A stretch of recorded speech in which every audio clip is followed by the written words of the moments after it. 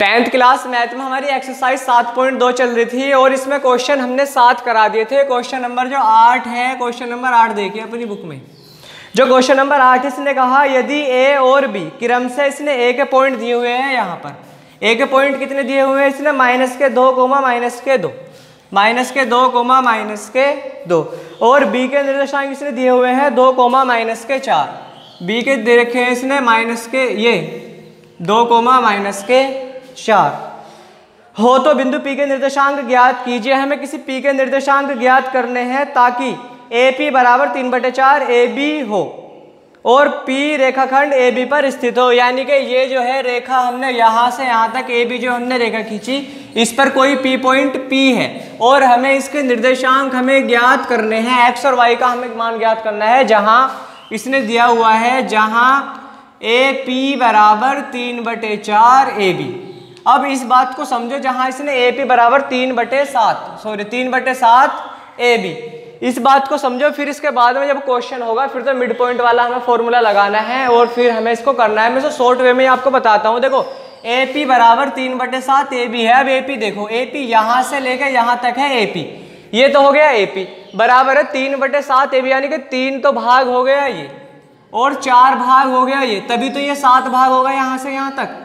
भाई ये पूरी लाइन जो है बट्टे में 7 दे रखा है, यानी यहाँ से यहाँ तक पूरी लाइन जो है ये 7, हमने मीटर मानो सेंटीमीटर मानो कुछ भी है। अगर ये 3 होगी तो ये कितनी होगी 4, यहाँ से यहाँ तक। अब ये m1 का मान और ये किसका m2 का मान, और ये फॉर्मूले में हम रखेंगे x1 y1 और ये क्या हो जाएगा x2 y2। अब विभाजन जो फॉर्मूला होता है, विभाजन सूत्र, अब विभाजन सूत्र है हमें x और y के पी के निर्देशांक जो ज्ञात करना है। x के लिए अगर हम कहें x बराबर m1 x2 plus m2 x1 बटे m1 प्लस m2।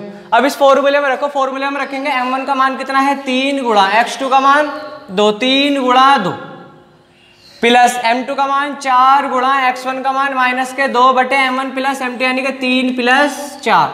अब 2 तिया कितना होते हैं 6 और प्लस की माइनस में करेंगे -2 चौक 8 बटे 3 और 4 कितने हो गए 7, यानी कि 6 में से माइनस का 8 जाएंगे कितने -2 बटे 7। तो x का मान कितना आ गया -2 बटे 7। इसी टाइप से हम क्या करेंगे y के लिए, y बराबर क्या होता है m1 y2 plus m2 y1 बटे m1 प्लस m2। ये तो फॉर्मूला पढ़ते आ रहे हैं हम शुरू से ही। तो y बराबर m1 का मान 3 गुणा y2 का मान कितना है -4 प्लस m2 का मान 4 गुणा y1 का मान कितना है -2 बटे m1 प्लस m2 के मान हमने यहाँ पर रखे। तो y बराबर 4 से कितना होता है 12, यानी कि -12 और 4 दूनी 8 -8 बटे 3 और 4 कितने हो गए यहाँ पर 7। तो y बराबर 12 8 कितने हो गए 20, यानी कि -20 बटे 7। तो निर्देशांक कितने आ जाएंगे पी के निर्देशांक -2 बटे 7 और -20 बटे 7। यही क्या हो जाएगा हमारा आंसर। जो क्वेश्चन नंबर इससे अगला है क्वेश्चन नंबर 9, उसको देखो। जो क्वेश्चन नंबर 9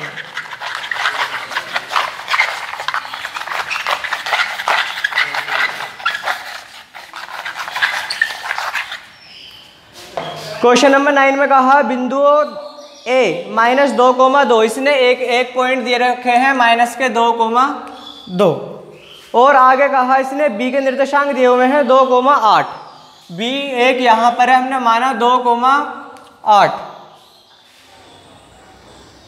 को जोड़ने वाले रेखाखंड ए बी को 4 बराबर भागों में विभाजित करने वाले बिंदुओं के निर्देशांक ज्ञात कीजिए। यहाँ पर हमारा ए पॉइंट है और यहाँ पर क्या है हमारा बी पॉइंट है। इसने ये कहा ए के निर्देशांक -2, है और बी के निर्देशांक 2, 8 हैं। अब इसको 4 बराबर भागों में बांटकर हमें विभाजन का फॉर्मूला लगाना है और इसको क्वेश्चन को हमें हल करना है। हम इस क्वेश्चन को पहले भी जो त्रिभाग में हमने बांट के इस टाइप का क्वेश्चन हमने किया हुआ है। तो हम 4 भागों में जब इसे बांटेंगे, हमने यहाँ पर मान लिया कोई पी पॉइंट, यहाँ हम मान सकते हैं पी क्यू, और यहाँ पर हमने क्या माना यहाँ पर आर। अब इसे देखो, इसके 4 हमने बराबर भाग करे, एक भाग तो ये हो गया, एक भाग ये हो गया, एक ये हो गया और एक क्या हो गया ये भाग हो गया, यानी कि हमने इसके 4 बराबर भाग कर लिए। अब मैंने आपसे बताया था अब हमें सिर्फ यहाँ पर ये x1 का मान, y1 का मान और ये किसका x2 का मान और y2 का मान पहला मैं कर रहा हूँ, फिर दूसरा और तीसरा आपको इनके निर्देशांक ज्ञात करने हैं। अब देखो मैंने बताया m1 का मान m2 का मान जो रखने हैं यहाँ के लिए, यहाँ से यहाँ तक एक दूरी मानो, यहाँ से यहाँ तक एक मानो, यहाँ से यहाँ तक एक और यहाँ से यहाँ तक एक। अब हमने p के निर्देशांक अगर देखने लगे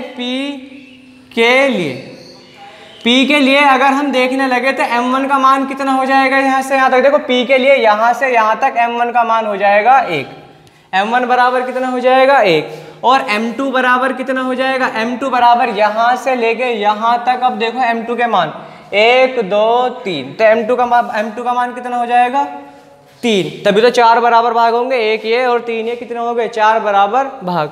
और x1 y1 का मान कहाँ है, x1 y1 का मान ये रहा -2,2, ये क्या हो जाएगा x1 का मान y1 का मान, और x2 y2 का मान कौन सा है 2,8, यानी x2 का मान और y2 का मान। अब फॉर्मूले में जब हम रखेंगे तो x बराबर क्या होता है m1 x2 plus m2 x1 बटे m1 प्लस m2। अब इसमें रखो सिर्फ मान रखेंगे। m1 का मान कितना है 1 गुणा x2 का मान 2, 1 गुणा 2 प्लस m2 का मान 3 गुणा x1 का मान कितना है -2 बटे m1 प्लस m2, यानी x बराबर 2 × 2, और प्लस की माइनस में करेंगे -3 दूनी 6 बटे 4, यानी x बराबर -4 बटे 4। तो x बराबर कितना आ जाएगा -1। इसी टाइप से हम क्या करेंगे y के लिए, तो y बराबर क्या होता है m1 y2 plus m2 y1 बटे m1 प्लस m2।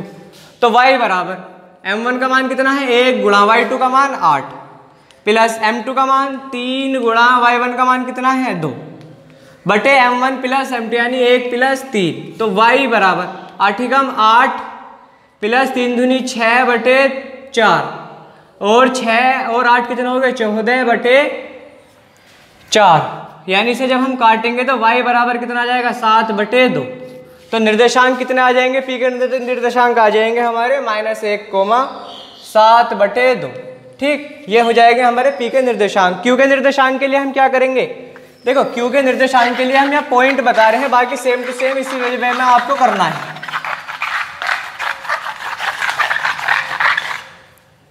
अगर हम q के लिए देखें, q के लिए, अब q के लिए हमें m1 का मान बताओ कितना होगा। देखो यहाँ पे हम q पर आ गए, q के यहाँ से यहाँ तक देखें 1 ये रहा, तो कितना हो गया m1 का मान 2, और m2 का मान कितना हो जाएगा 1 ये और 1 ये। यहाँ से अगर हम यहाँ तक देखें तो कितना 2, m2 का मान भी कितना हो गया 2, और x1 y1 के मान यही होंगे -2,2 x1 y1, और x2 y2 के मान 2,8, यानी x2 y2।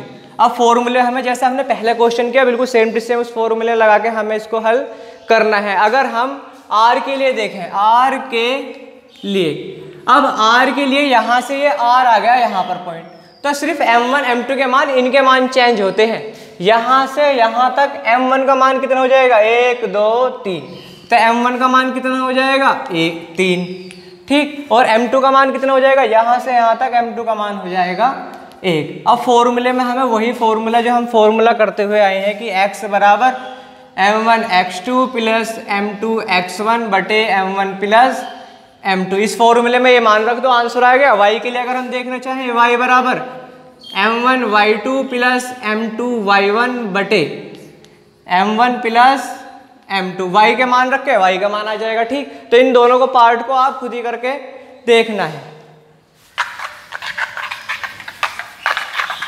इसके बाद इसको एक्सरसाइज का लास्ट क्वेश्चन रह गया, क्वेश्चन नंबर 10, जो एक्सरसाइज 7.2 है, क्वेश्चन नंबर 10।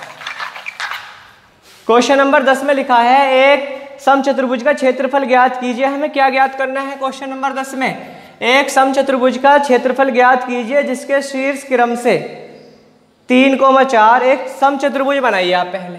समचतुर्भुज वो होता है जिसकी सभी भुजाएं बराबर होती हैं, यानी ये सभी भुजाएं कैसी हैं, बराबर। हमने मान लिया ABCD, ये क्या है, एक समचतुर्भुज है। इसके निर्देशांक दिए हुए हैं 3,0, ए के निर्देशांक हमने मान लिया 3,0, बी के निर्देशांक 4,5, कितने 4,5, सी के निर्देशांक हमने माने -1,4, -1,4, और डी के निर्देशांक -2, -1, -2, -1। इसने कहा क्वेश्चन में कि ABCD एक समचतुर्भुज है, समचतुर्भुज की चारों भुजाएं कैसी होती हैं, बराबर होती हैं। और हमने निर्देशांक, हमने ABCD के हमने निर्देशांक मान के हमने निर्देशांक इनके पुट कर दिए।